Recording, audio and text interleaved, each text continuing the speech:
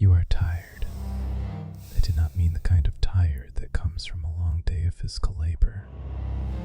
I do not mean the kind of exhaustion that a long sleep, a quiet weekend, or a cup of warm tea can fix.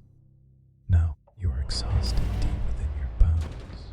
You are carrying a heavy, invisible weight in the center of your chest. It is a phantom gravity that pulls you down the moment you open your eyes in the morning. You know this feeling, don't you? It is that cold, sudden knot in your stomach that tightens the exact moment your phone lights up with their name. You know exactly who I am talking about, the one whose very presence drains the color from your day. The one who makes you feel like you're constantly walking on broken glass. I know how it feels to sit in a room full of people who love you, yet you feel entirely alone because your mind is locked in a cage they built. You try to watch a film, you try to read a book, but the words blur on the page. Your nervous system is perpetually hijacked. You are living in a state of constant, low-grade terror, waiting for the next shoe to drop, the next passive-aggressive remark, the next sudden, inexplicable shift in their mood. Your body is physically reacting to a predator, yet your mind keeps trying to rationalize their behavior as love, or friendship, or family duty. Welcome to the Obsidian Citadel. Welcome to Session 6 of Shadow Therapy. Tonight, we do not look at the masks you wear for the world. Tonight, we look at the blood you are bleeding for people who only want to see you drain. We are going to examine the open wounds you keep trying to bandage with apologies. Let us open your diary of illusions. Let us look at what you do when you are completely alone, trapped in the architecture of your own anxiety. I know the arguments you rehearse in the shower. I know how you stand there as the water runs down your back, pleading with a ghost in your mind. You act as the prosecutor, the defense attorney, and the desperate defendant in a court where the judge is already rigged against you. You build these brilliant, logical, emotional defenses, trying to explain your boundaries, trying to prove your worth to someone who is not even in the room. You have entire screaming matches in your head. You cry invisible tears, hoping that this time, if you just find the perfect sequence of words, if you just explain your perspective flawlessly, they will finally understand how much they are hurting you. You think your logic will penetrate their armor. I know you. I know you spend 20 minutes staring at a glowing screen in the dark, typing, deleting, and retyping a single simple text message. You watch the cursor blank. You watch their typing indicator appear and disappear, and your heart races. You carefully weigh every single word. You soften your tone. You add an emoji, perhaps, so you do not sound too harsh, too demanding, too difficult. You make sure the message is perfectly polite, perfectly logical, completely bulletproof, hoping, praying that they will not find a way to twist your words. And yet, they always twist it, don't they? They always manage to find the one crack in your defense and turn your own empathy against you. And the cruelest part of this psychological prison, you remember the beginning. You remember when they were kind, when they mirrored your soul, when they made you feel seen, understood, and cherished. You are starving yourself today, hoping to taste the crumbs of who they used to be yesterday. They put you on a pedestal, only so you would feel the terror of the fall. Now you endure days of coldness, manipulation, and silent treatment, just to get a single text message of basic decency, paying for 5% of their affection with 95% of your sanity. You are addicted to the hope that the mask they wore in the beginning was their true face. It was not. The monster you see now is the reality. You apologize when you have done absolutely nothing wrong. You do this just to buy yourself a few hours of artificial peace. You swallow your pride. You swallow your anger. You swallow your own reality, and you take the blame. And because you take the blame, you carry this crushing, suffocating guilt. You lie awake at night, staring at the ceiling, constantly interrogating your own soul. Am I the toxic one? Am I overreacting? Am I just not trying hard enough? Am I a bad son? A bad friend? A bad partner? Maybe if I was just a little more patient. You are a good person. And that, my friend, is exactly your tragic flaw. You have built an entire identity around being the martyr. You think there is nobility in bleeding for those who will not even offer you a bandage. You are pouring your precious life force, your time, and your sanity into a bottomless pit. You honestly believe that if you just give a little more of your soul, if you just show them how deeply you are suffering, they will look at you and finally see your worth. You think your pain will be the key that unlocks their empathy. You are waiting for closure. You hold on to this desperate fantasy that if you endure just a little longer, eventually the grand finale will come. A tearful, honest conversation where they finally admit their wrongs, validate your suffering, apologize for the sleepless nights, and set you free. Listen to the dark closure from a manipulator is a myth. They will never give you the satisfaction of a clean ending, because a clean ending means they lose their supply. They prefer to leave the wound open. They prefer to leave you confused, doubting your own memory, wondering if you imagined the whole abuse. This is the dark architecture of gaslighting. They will burn your house to the ground, warm their hands on the fire, and then look you in the eye and ask why you are holding the ashes. Let me tell you a secret that will break your heart tonight, but it will save your mind tomorrow. Listen to me very carefully. Your attempts to have a sincere, honest conversation with them is emotional suicide. You think you are sitting down at a table to explain your pain, but what you are actually doing is walking to an altar, laying yourself down and handing them the exact weapons they need to destroy you. When you explain why you are hurt, you are not educating them. You are giving them a highly detailed map of your deepest insecurities. You treat them as a confused traveler who just needs directions to your heart. You think they are just lost in their own trauma, and your love will guide them to the light. But they are not a traveler. They are a conqueror. When you lower the drawbridge of your emotional fortress to explain your pain, they do not bring peace. They bring a siege. They take meticulous notes on what makes you cry, what makes you feel guilty, what triggers your deepest fears, so they can use it efficiently the next time they need to feel powerful. You give them your raw, bleeding humanity, and they give you a reflection of your own despair, weaponized against you. You believe the grand illusion that they simply do not understand. You think that if you just find the magical combination of words, the perfect metaphor, the ultimate explanation, the veil will lift from their eyes. They understand you perfectly. Let that sink in. They know exactly what they are doing. They see your tears, they hear your perfectly crafted arguments, they read your desperate messages that just do not care. Empathy is a language they refuse to speak. In fact, they enjoy the spectacle. Your endless explanations are the proof of their absolute power over you. Every time you defend yourself, you are feeding the beast. Tonight, we stop the bleeding. In this session, we are going to kill the desperate, people-pleasing, good person inside of you. It is time for that weak, anxious version of you to die, so that the sovereign, untouchable version of you can finally breathe. I am going to teach you how to become an absolute void. I will teach you the ancient art of the Obsidian mind. By the time we are done, you will no longer be a source of food for their fragile, ravenous ego. You will become their absolute worst nightmare, a cold, hard stone gargoyle that gives them absolutely nothing. No anger, no tears, no explanations, just the terrifying, deafening silence of your total indifference. Breathe in the dark. Let your illusions burn to ash. Let us begin. Let us turn the heavy ash-covered page in your diary of illusions. We have arrived at the second chapter of your suffering. It is perhaps the most tragic chapter of all, because it is born entirely out of your own hope. Let us examine the grand, beautiful, and utterly destructive lie that keeps you chained to your abuser, the illusion of understanding. You are a builder, my friend. You have spent your entire life building bridges. You believe that there is no chasm too wide, no conflict too deep, that cannot be crossed with the right words, the right amount of patience, and a sincere heart.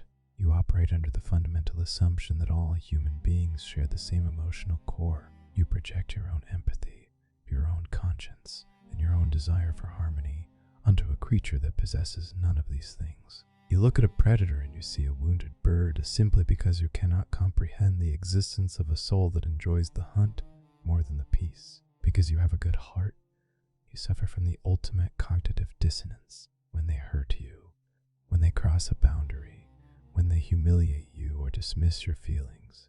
Your mind desperately tries to solve the equation. You tell yourself, they must not have realized how that sounded. They must be having a bad day. They must be carrying unhealed trauma from their childhood. If I just sit down and explain to them clearly and gently how their actions made me feel, they will understand. You believe that cruelty is always an accident. You believe that manipulation is just a misunderstanding waiting to be resolved. Listen to the drone of the strings in the dark. Let the vibration shatter that innocent glass house you live in. Cruelty is not an accident. Cruelty is a choice. Manipulation is not a misunderstanding. Manipulation is a highly calculated strategy. Let us dissect the anatomy of the arguments you keep having with them. You know exactly the type of argument I mean. You walk into the room with a very simple, reasonable concern. Perhaps you ask them to stop speaking to you in a disrespectful tone. Perhaps you ask them to honor a promise they made. You approach them calmly, armed with logic, speaking the language of vulnerability. You offer them an olive branch. But within 5 minutes, the room begins to spin. The conversation is no longer about the boundary you tried to set. Suddenly, the history of your entire relationship is being rewritten in front of your eyes.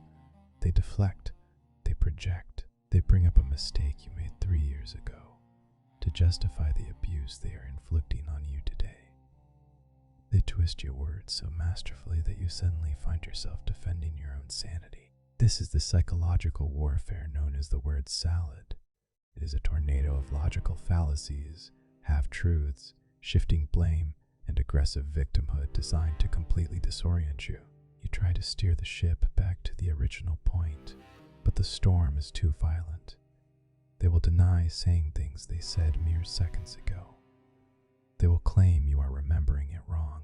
They will look you dead in the eyes and alter reality, telling you that you are too sensitive, too dramatic, too unstable. They gaslight you until the ground beneath your feet turns to ash. And how does this argument always end? It ends with you exhausted, breathless, your heart pounding in your chest, and your mind completely fogged.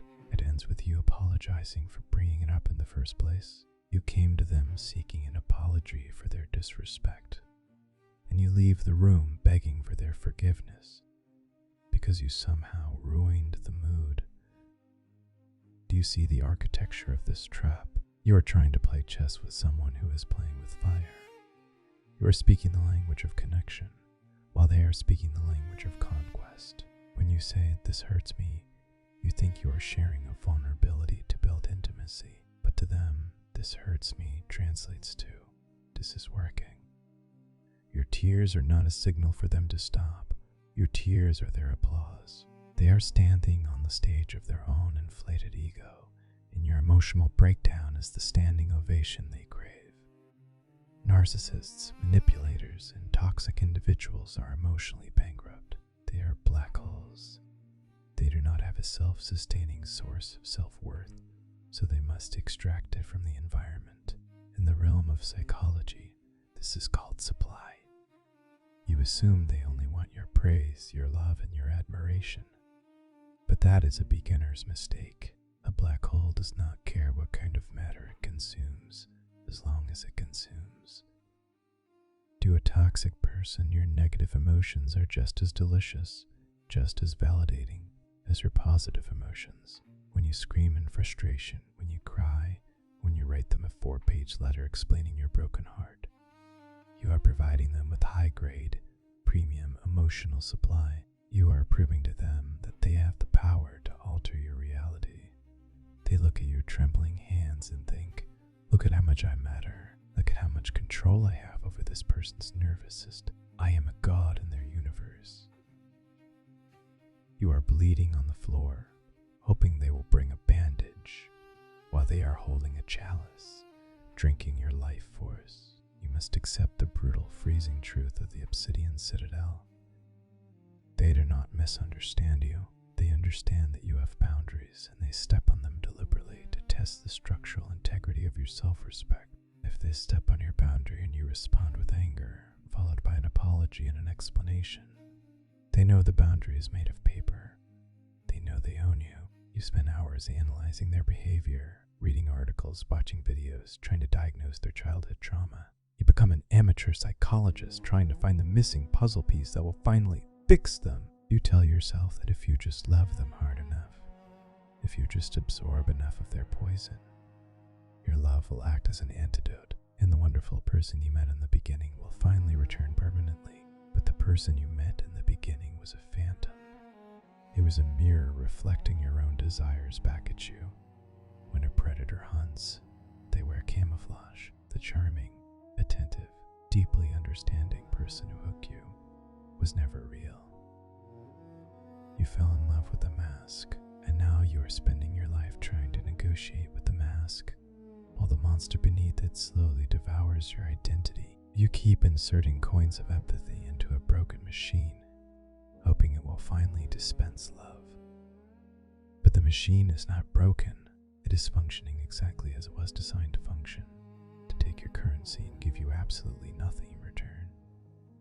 This is why your words will never work. This is why your perfectly crafted texts, your tearful monologues, and your logical arguments are completely useless.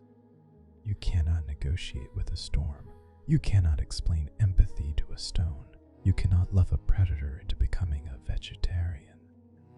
The more you explain, the more you justify, the more you try to make them see your side, the deeper you sink into their quicksand. Every explanation is a thread that binds you tighter to their reality.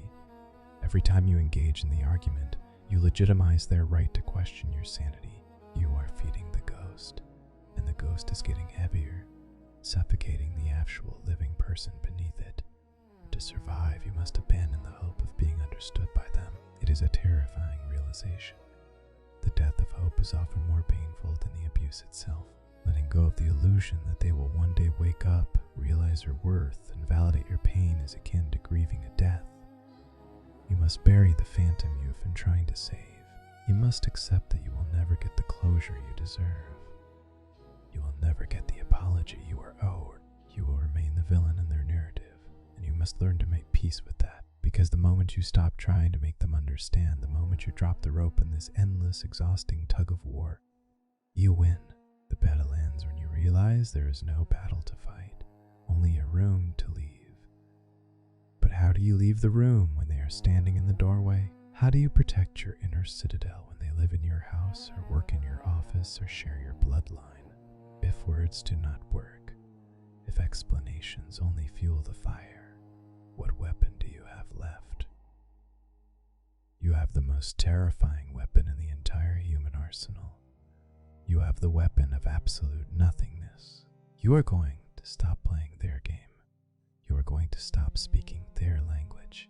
You are going to take away the only thing they care about, your reaction. Prepare your mind, my friend. In the next chapter, the fire dies. The tears dry. The explanations end. In the next chapter, we invoke the silence of the gargoyle. We build the obsidian mind, breathe in the dark, and let the illusion of understanding fade to black. Welcome to the third chamber of the Obsidian Citadel. You have wandered through the library of your own pain, and you have seen the grand illusion of understanding shatter into 1,000 pieces. You have finally realized that you are not dealing with a misunderstanding. You are dealing with a predator. You are bleeding emotional currency, and they are getting rich on your despair. Now the time for weeping is over. The time for writing long, desperate letters in your mind is over. You have arrived at the armory. It is time to forge your armor. It is time to learn the dark, ancient art of the obsidian mind. In the mundane world of human psychology, they call this the gray rock method. They tell you to be as uninteresting and unresponsive as a plain gray rock on the ground. But we are not in the mundane world. We are in the shadows, and here we do not become pebbles to be kicked around. We become the architecture of the void itself. we invoke the silence of the gargoyle. Imagine a massive Gothic cathedral, high above the chaotic streets, high above the screaming crowds, the thieves, the beggars, and the burning fires of the city. Sits a gargoyle carved from solid black stone. Gargoyle sees everything. The storm rages around it. The lightning strikes its wings. The freezing rain beats against its face. But the gargoyle does not shiver. It does not speak. It does not fly down to the street to explain itself to the madmen below. It simply exists, anchored to the stone, observing the chaos with dead, hollow eyes. The storm cannot hurt the stone. The lightning cannot burn the void. This is what she must become when the manipulator walks into the room, when her phone lights up with their manufactured drama, when they throw a carefully crafted insult designed to pierce your heart. You must instantly become the stone. You must undergo a complete, instantaneous physiological and psychological transformation. You are no longer a warm, empathetic human being. You are a black hole. Let us begin with your physical vessel. The predator feeds in your nervous system. They are highly attuned to your micro-expressions. They look for the widening of your eyes, the trembling of your lip, the tightening of your jaw, the sudden shift in your breathing. They are searching for the exact moment their poison enters your bloodstream. You must deny them this spectacle. When they attack, you must forcefully slow your heart rate. Breathe in the dark. Drop your shoulders. Relax your hands. Do not cross your arms in a defensive posture, for defense implies that you feel threatened. Let your arms hang loose. Relax the muscles in your face. Let your eyes go completely dead. Do not glare at them with hatred, because hatred is an emotion. An emotion is food. Look at them with the mild, detached boredom of a stranger watching paint dry on a wall. Look through them, not at them. You are an anthropologist studying a primitive, highly predictable beast in its natural habitat. You are perfectly safe behind the glass of your own indifference. Now we must completely dismantle your vocabulary. We must strip away every single word that you use to justify, argue, defend, or explain your existence. This is the hardest discipline of the Obsidian mind. When they accuse you of something absurd, your natural instinct is to scream the truth. Your brain desperately wants to say, "No, that is not what happened. I did this because you did that, and if you would just listen to me." Silence that voice. Put a knife to the throat of your inner defense attorney. From this moment on, you will never explain yourself to them again. Explaining is a privilege reserved for those who respect you. To a manipulator, an explanation is a sign of weakness. It shows them that you still value their opinion. It shows them that they are still the judge sitting on the bench, and you are the peasant begging for a fair trial. You are firing the judge today. The trial is over. The courtroom is burned to the ground. Your new vocabulary consists entirely of the void. When they try to provoke a reaction, you will give them nothing to grab onto. You will use single, flat, uninflected syllables. Yes. No. Perhaps. I see. Okay. If they launch into a 10-minute monologue about how selfish and terrible you are, listing all your supposed failures from the last 5 years, you will not interrupt them. You will let them exhaust their lungs. You will watch them perform their theatrical tragedy. And when they finally stop, breathless, waiting for your tears, waiting for your furious counterattack, you will look at them with dead eyes, wait 3 full seconds in absolute silence, and say, "Okay," and then you will slowly turn your head and return to whatever you were doing. You will go back to reading your book. You will go back to washing the dishes. You will go back to the void. Can you imagine the absolute psychological shock of this response? You are taking away their oxygen. You are plunging them into the freezing waters of your total apathy. This discipline extends to the digital panopticon. The smartphone is the manipulator's favorite weapon because it allows them to inject poison into your pocket at any hour of the day. They will send you a massive, multi-paragraph text message. It will be a masterpiece of guilt-tripping, gaslighting, and emotional blackmail. It will end with a provocative question designed to force you to reply. In the past, you would have dropped everything. Your heart would pound, your hands would shake, and you would spend an hour drafting a thesis-level defense, desperately trying to correct their distorted reality. No more. The Obsidian mind does not dance to the rhythm of a vibrating piece of plastic. When that message arrives, you look at it. You acknowledge the attempt to steal your energy, and you do absolutely nothing. You let it sit there. You let the silence stretch for hours. You let them stew in the terrifying unknown of your absence. And when you finally decide to reply 12 hours later, you do not address a single accusation. You reply with a single word: understood. Or better yet, a simple thumbs up icon. You have taken their magnum opus of manipulation, their carefully crafted emotional bomb, and you have dropped it into a bottomless well where it makes no sound. They will try to bait you with false kindness too. Do not be fooled. When the cruelty does not work, the predator will suddenly wear the mask of the victim or the mask of the loving friend. They will compliment you. They will try to engage you in deep, nostalgic conversations about the past. They will ask for your advice, pretending to value your wisdom. This is a trap. This is the spider vibrating the web to see if the fly is still alive.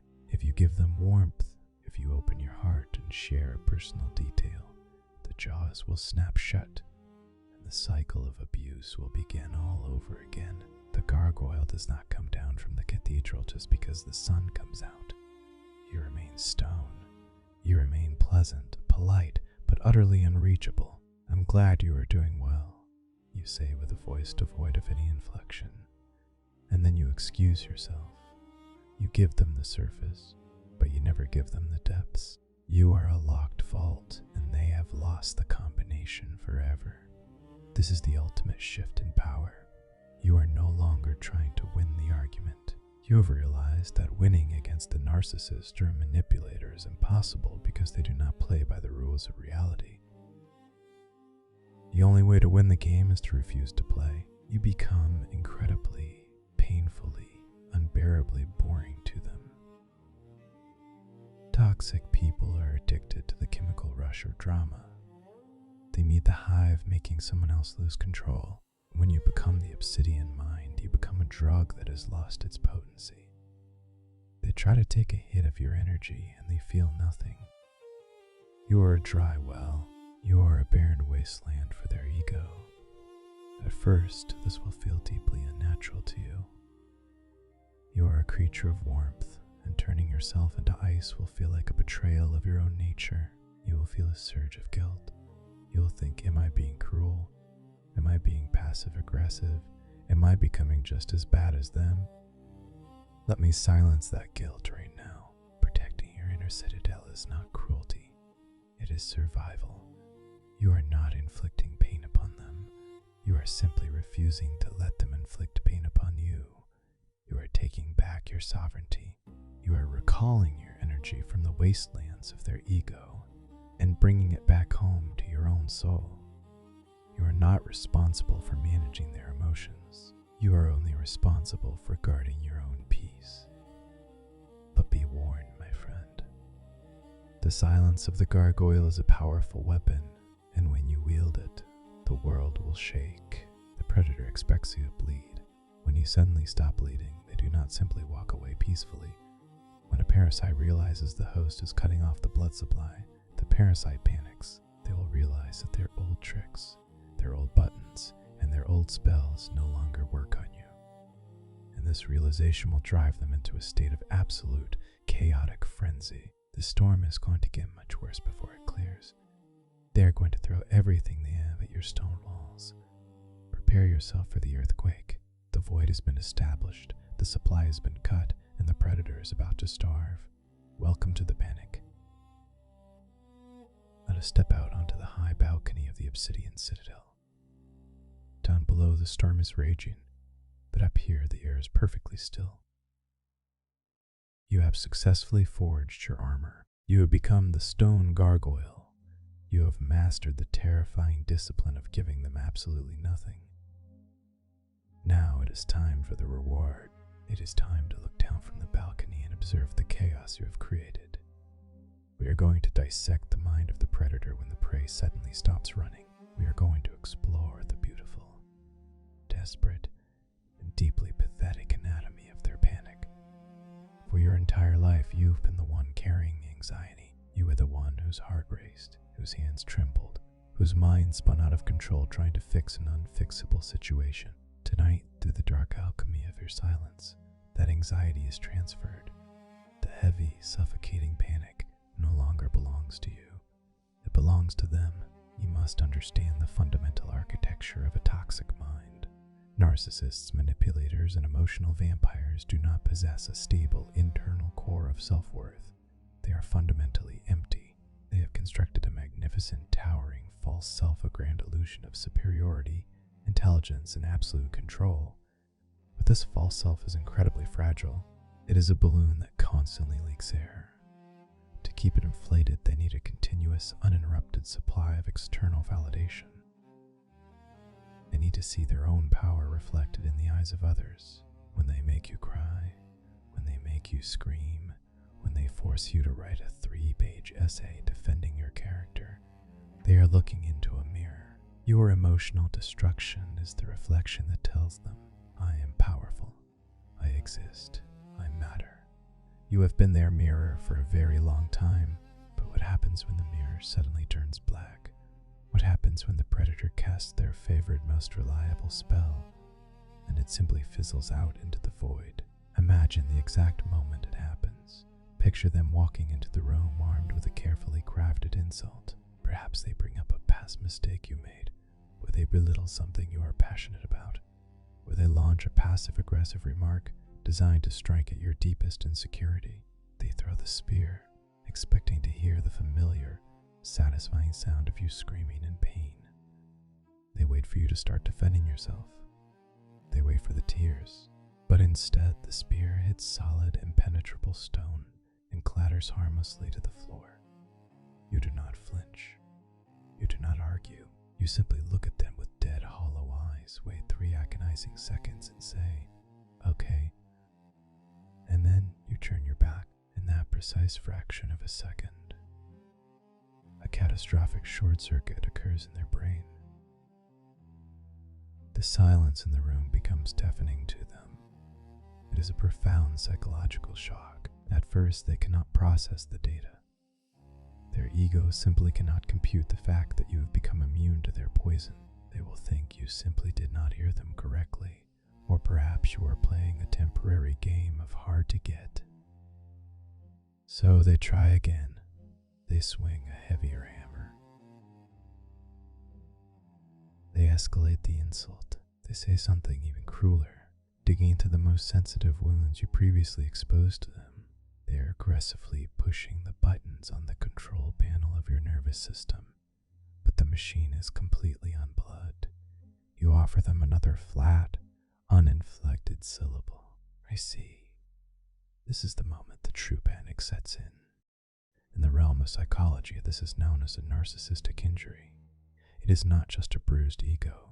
It is an existential crisis. By refusing to react, you are not simply ignoring them. You are actively starving their false self. You are denying them the emotional oxygen they need to survive. To a manipulator, being hated is perfectly acceptable because hatred is a powerful emotion that proves they are significant. Being loved is acceptable because love is a resource they can exploit. But being ignored, being treated with absolute clinical indifference, that is a fate worse than hell. Indifference tells them that they are irrelevant.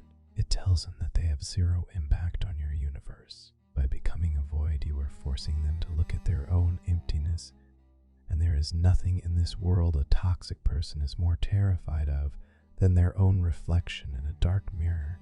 Watch closely as their panic begins to manifest physically and behaviorally.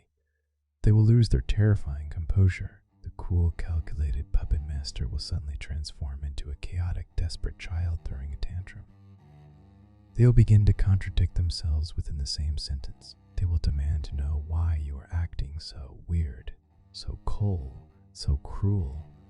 Do you see the supreme irony? The person who has emotionally abused you for years, the person who has trampled over your boundaries without a second thought, is now standing in front of you, playing the victim. accusing you of being heartless simply because you refuse to bleed for them anymore. They are furious that you have taken away their favorite toy. They are enraged that the emotional punching bag is suddenly turned into a concrete pillar. If the aggressive tactics fail, the panic will force them to switch masks. This is a crucial phase for you to observe. When the hammer does not break the stone, they will suddenly bring out the honey. They will experience a sudden, miraculous bout of amnesia regarding their abusive behavior. They will approach you with manufactured sweetness.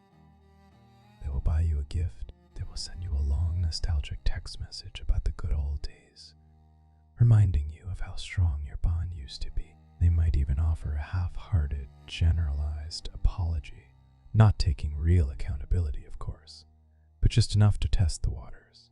I'm sorry if you feel that I was harsh earlier. I just care about you so much. Do not mistake this sudden warmth for genuine remorse. Do not let your empathetic heart betray you now.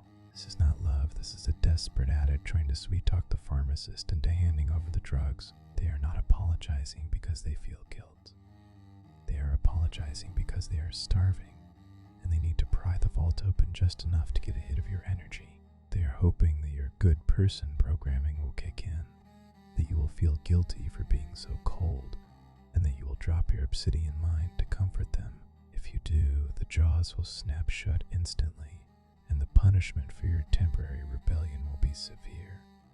The gargoyle must remain on the wall. You look at their sudden sweetness, you recognize it as the pathetic manipulation tactic that it is, and you give them the exact same dead-eyed response. Thank you for saying that. And you return to the void. There is a profound, dark beauty in realizing how much power you hold in your silence. You spend years trying to formulate the perfect argument to defeat them. You read books, you went to therapy, you stayed up until 3 in the morning writing scripts in your head, trying to find the words that would finally make them respect you. And all along, the ultimate weapon was the absence of words. When you argue with a fool, you prove there are 2 fools. When you argue with a demon, you invite them to live in your house. But when you offer them absolute nothingness, they have nothing to attach their parasitic hooks into. Your silence is a fortress that their logic cannot penetrate. Your indifference is an armor that their insults cannot pierce. Let them thrash. Let them panic. Let them spin their wheels in the mud of their own making. Do not feel pity for them. Pity is a crack in your armor. Pity is the exact emotion they will try to weaponize to pull you back into the labyrinth. You are not their savior. You are not their therapist. You are simply a sovereign being who has finally decided to close the gates to your kingdom. Watch them exhaust themselves against your walls. Observe their frantic attempts to regain control as if you are watching a fascinating, slightly pathetic movie on a screen. You are untouched. You are unbothered. You are the sovereign of the void, but do not become complacent, my friend. The beast is wounded, the parasite is starving, and the panic is reaching its boiling point. When a predator realizes that their prey has permanently escaped, they do not simply lie down and accept defeat. They prepare for one final apocalyptic assault. They are going to pull every lever, push every button, and burn every bridge to force you into a reaction. In the psychology of behavior, this is called the extinction burst. It is the darkest, most dangerous part of the storm, and it is heading straight for your citadel. Prepare your mind. Strengthen your stone. In the next chapter, we face the final explosion.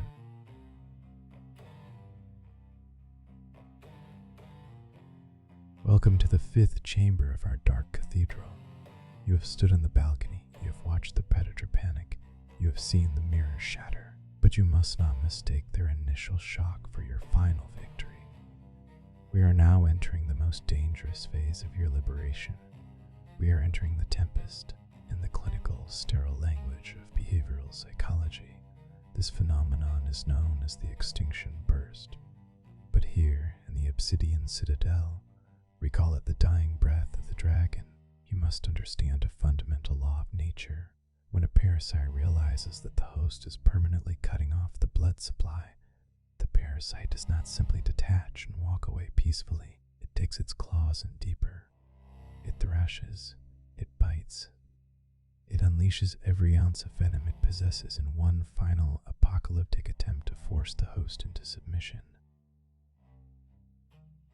This is the extinction burst. It is the temporary, violent escalation of their toxic behavior when they realize their old tricks no longer work. When the vending machine stops dispensing the drug, the addict does not politely walk away. They kick the machine, they shake it, they try to break the glass. You are the machine, my friend, and you have stopped dispensing their emotional supply. Let us map the architecture of this coming storm, so that when the lightning strikes your stone, it will not crumble.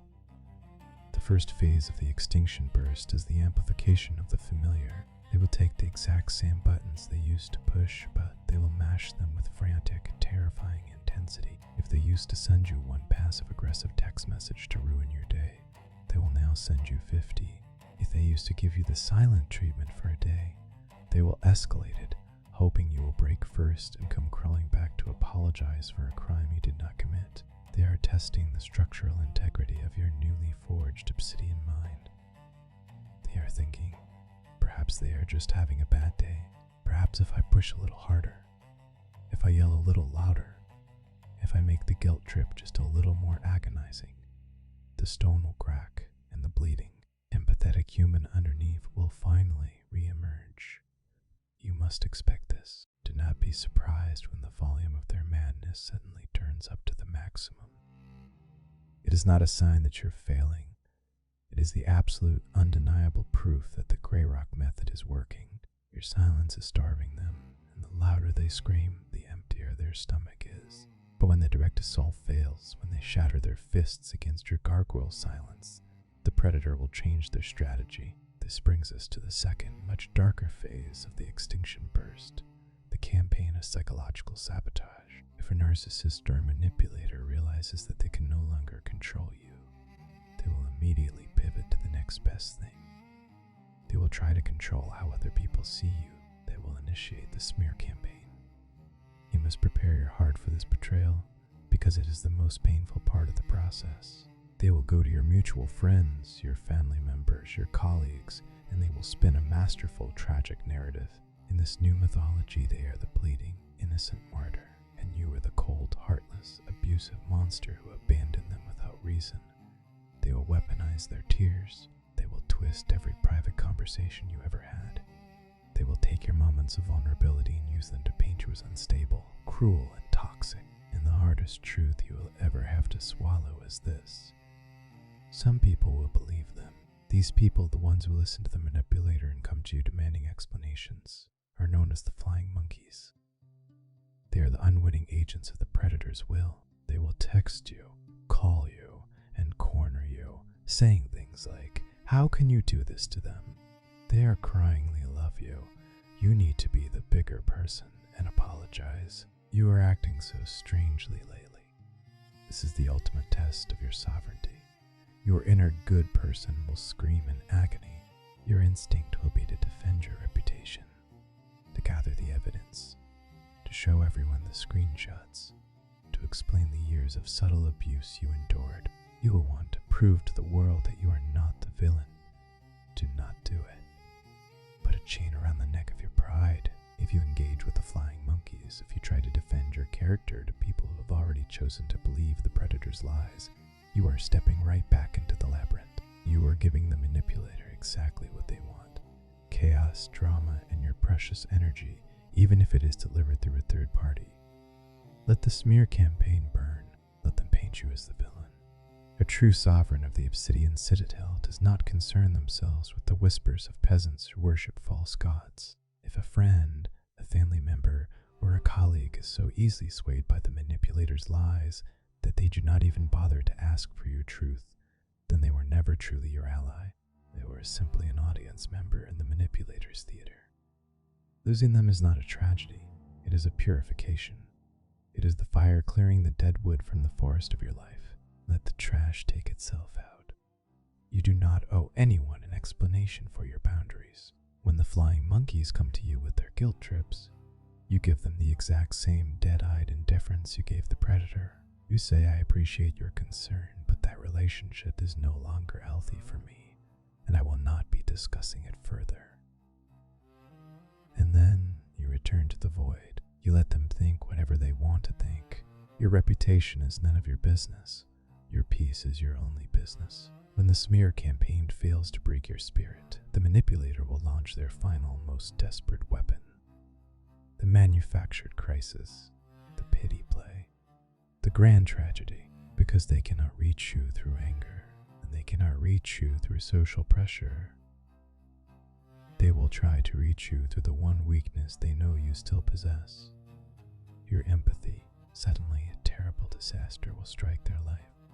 A sudden, mysterious illness, a financial collapse, a family emergency, a moment of profound suicidal despair. They will make sure you find out about it.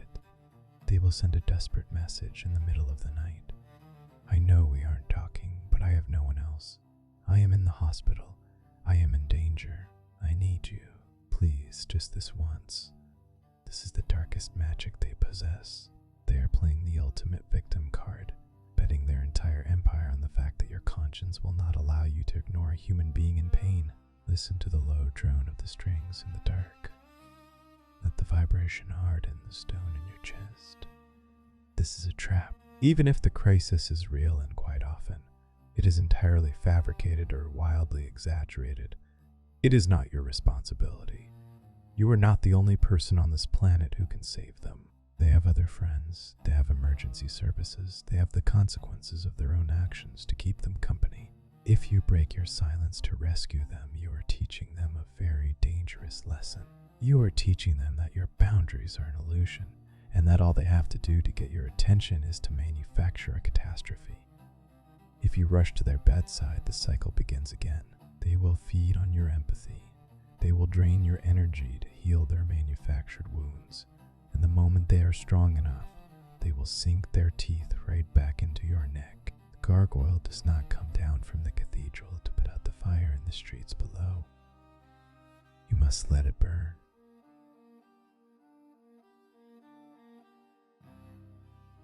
You must sit on your hands. You must stare at the message, acknowledge the immense guilt washing over you, and then you must delete it. You do nothing. You say nothing. You let them save themselves. The silver moon illuminated the calm lake surface ripple-like. The silver moon illuminated the calm lake's ripples of light. Your own mind will betray you, whispering that you are being too cruel, too cold, too unforgiving. The storm will batter your walls with unimaginable ferocity. But you must remember why you built the citadel in the first place. You built it because the alternative is a slow spiritual death. The extinction burst is terrifying, but it is finite. It is a fire that will eventually consume all of its own oxygen. A child cannot scream forever. A storm cannot rage eternally if you remain absolutely consistent. If you refuse to offer even a single drop of supply, the predator will eventually realize that the well is permanently dry. The panic will turn into exhaustion. The frantic attacks will begin to space out.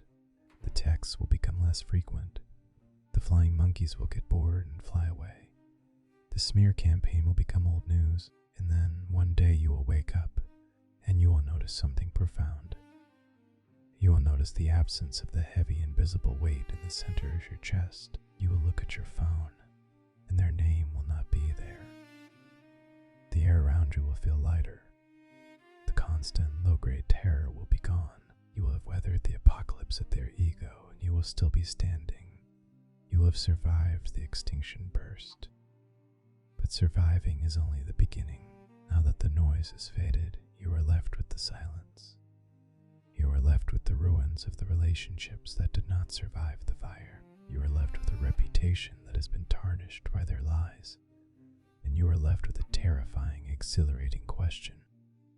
Who are you now that you are no longer defined by what you endure? To find the answer, you must fully embrace the shadow. You must stop trying to prove that you are the good person. You must accept the horns they have placed on your head. In the next and final chapter, we will complete your transformation. We will will study the philosophy of the villains. We will learn why disappointing others is the highest form of self-love. We will teach you how to wear the crown of their disapproval with absolute pride. The storm is passing, my friend. The dawn is approaching. But it is not a bright, blinding dawn.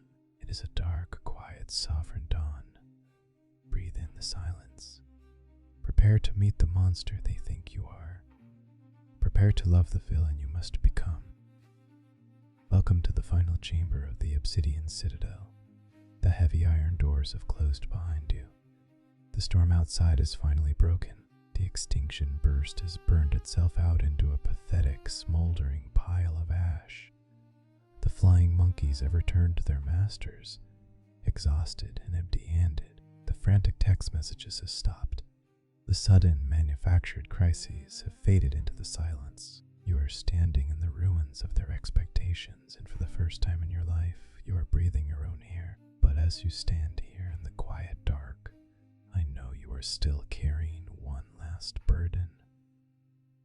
It is the heaviest burden of all, and it is the only thing keeping you tethered to the ghost of your past. It is the suffocating, deeply ingrained fear of being the bad guy. For your entire life, you have been terrified of being disliked. You have been conditioned by a sick society, trapped in a digital panopticon where your worth is measured by the approval of the crowd. You have bent over backwards, you have compromised your own spine, you have swallowed your own voice just to ensure that nobody could ever point a finger at you and say, they are selfish, they are cold, they are cruel.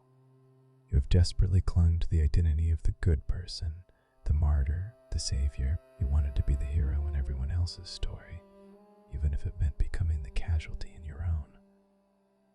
But look around you. Look at the scars on your soul. Look at what being the hero has cost you. The hero bleeds for a village that secretly despises them. The hero is nailed to a cross of their own empathy. I am not here to make you a hero. I am here to grant you the ultimate terrifying permission. I am here to hand you the black crown. It is time for you to become the villain. What does it mean to be the villain in the narrative of a manipulator? It does not mean you are actually evil. It simply means you survived. It means you stopped playing your assigned role as the victim. To a parasite, the medicine that kills it is considered a poison. To a narcissist, your boundaries are an act of supreme aggression.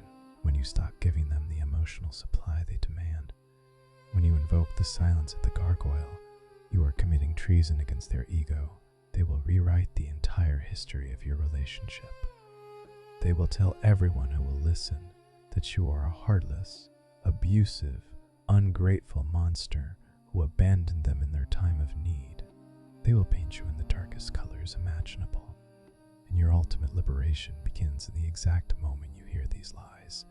Look them dead in the eye and silently say, yes, I am the monster you say I am. Now leave my castle.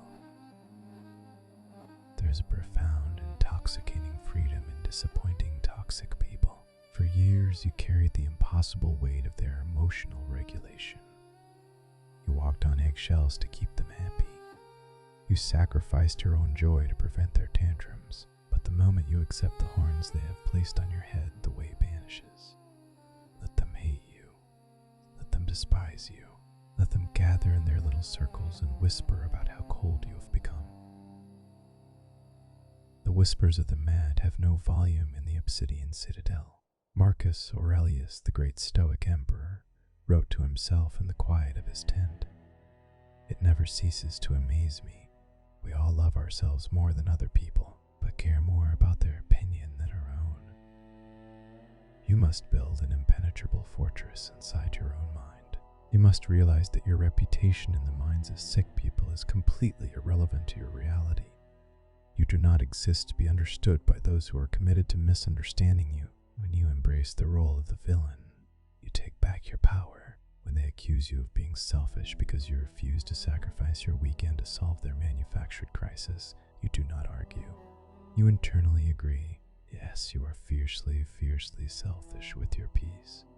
Your peace is a sacred treasure, and you will no longer throw it into the mud for swine to trample. when they call you cold because you did not react to their tearful guilt trip, you wear that coldness like a suit of armor. Yes, you are absolute ice to their manipulation. The fire of your empathy is now reserved exclusively for those who bring wood to your hearth, not for those who try to burn your house down. You must learn to find a dark, quiet joy in their disapproval. Their disapproval is the ultimate proof that you are doing the right thing. If a manipulator is angry with you, if a toxic person is disappointed in you, it means your boundaries are holding strong. Their anger is your compass. It tells you that you are walking in the right direction. This is the philosophy of radical acceptance. You cannot control the narrative they spin. You cannot control the minds of the flying monkeys who choose to believe the lies, but you have absolute godlike control over your own reaction. You are the sovereign of the void. Let them have the story. Let them play the victim on the grand stage of their delusion. You do not need the applause. You do not need to clear your name. You take your energy, you turn your back on the theater, and you walk away into the shadows, leaving them to perform for an empty room. The gargoyle does not care what the pigeons think of it. The gargoyle is made of stone. The gargoyle outlasts them all. You will grieve, of course. You will grieve the illusion of the person you thought they were. You will grieve the family you wished you had, or the friend you thought you knew. Allow the sadness to wash over you, but do not let it pull you back into the sea. Grieving a phantom is a necessary part of the healing process. Let the tears fall in the quiet of your own citadel, but never let them see you cry again. You are mourning the death of a lie, and the death of a lie is the birth of the truth. You are stepping into the most powerful phase of your human existence. You are stepping into radical autonomy. You are no longer easily offended. You are no longer easily manipulated. You have mastered the Obsidian mind. We have reached the end of the hour. The fire in the ash library is burning down to the embers. The heavy, vibrating drone of the octobass is slowly fading into the stone walls of the Obsidian citadel. You have survived the extinction burst. You have accepted the black crown of the villain. You have mastered the silence of the gargoyle. But before I release you back into the waking world, before the final notes of the cello disappear into the dark, we must perform the final severing. This is the ritual of the cut. I want you to close your eyes. If they are already closed, sink even deeper into the darkness behind your eyelids. Feel the heavy, steady rhythm of your own heart. It is beating for you now, not for them. I want you to visualize the connection you had with this manipulator. See it as a thick, dark, heavy cord, glowing with a toxic, sickly light. This cord is attached directly to the center of your chest. For months, perhaps for years, you have watched your golden energy, your empathy, your youth, and your sanity travel down this cord, straight into the black hole of their ego. You gave them your light, and through this cord, they pumped their panic, their guilt, and their chaos back into your veins.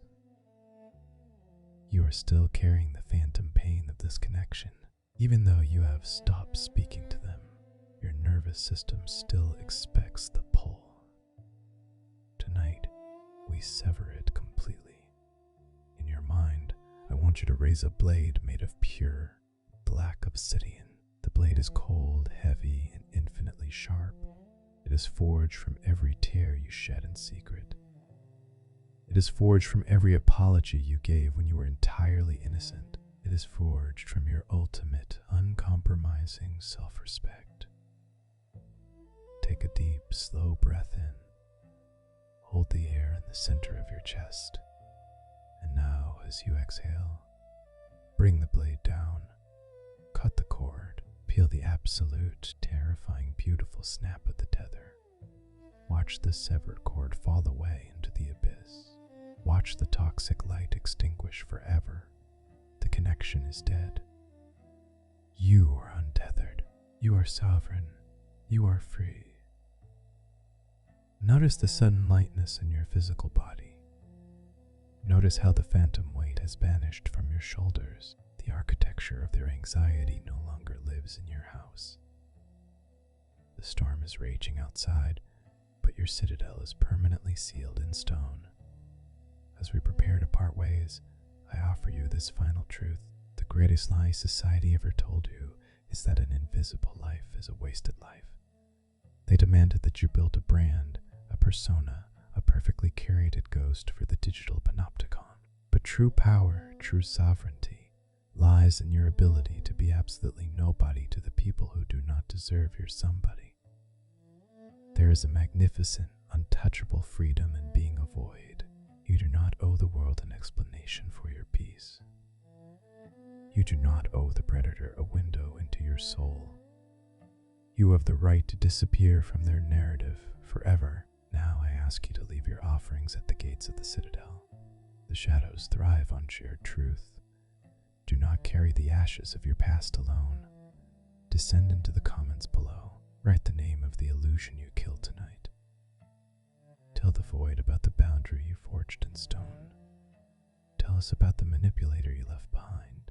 Your anonymous confession might be the exact spark another wandering soul needs to find their way out of the dark. We are building a legion of Obsidian minds here, a sanctuary for those who have survived the empathy trap. Subscribe to the darkness, join the shadow therapy sessions. Hit the notification bell so you know the exact moment the heavy iron doors open for our next descent. The world above is loud, chaotic, and demanding, but here in the night sessions, we speak the language of the void. We have many more demons to face together, my friend. But for now, the hour is complete. The organ is silent. The gargoyle is asleep. Let the illusion of their control fade to black. Rest now. Rest in the glorious, untouchable silence of your own sovereignty. Farewell.